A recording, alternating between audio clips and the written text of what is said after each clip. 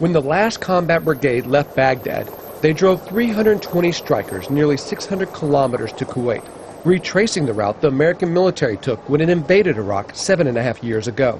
For some soldiers, it was going out the way they came in, but for others, they hardly remember the invasion.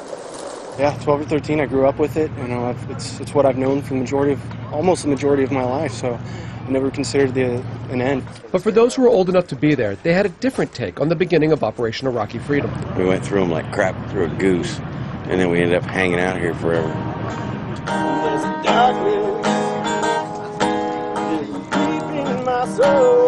As the end of Operation Iraqi Freedom came to a close, soldiers reflected on what they accomplished, their place in history, and if they achieved victory. Does it feel like victory? It feels like a closing. I don't know what you want to call it. Where, you know, it might be a victory to some people, but I feel like we're closing something, a book that we opened. Like, what were you expecting then for the end of the war to look like? Wasn't this? What was it? Well, they wouldn't be blowing themselves up when we left. What are you most excited about tonight? Knowing I'm going home, sir. That's for sure. Knowing that, hopefully, especially being here so many times, that this is the last time I have to be here in Iraq. I think they're good to go. I think they got it. You know, so now I'm prepping myself mentally to go to Afghanistan next. Before anyone can go to Afghanistan or home to see their family, we still had a long drive ahead and a handful of hours of war left between here and Kuwait. So we loaded up and hit the road. We've been traveling through the night the last 2 nights in a row with this unit, all the way from Baghdad to now being only 25 kilometers away from the country of Kuwait. And when these soldiers cross that border, for many of them, it's the end of a very long journey. Iraq's been a huge part of your life for the last several years.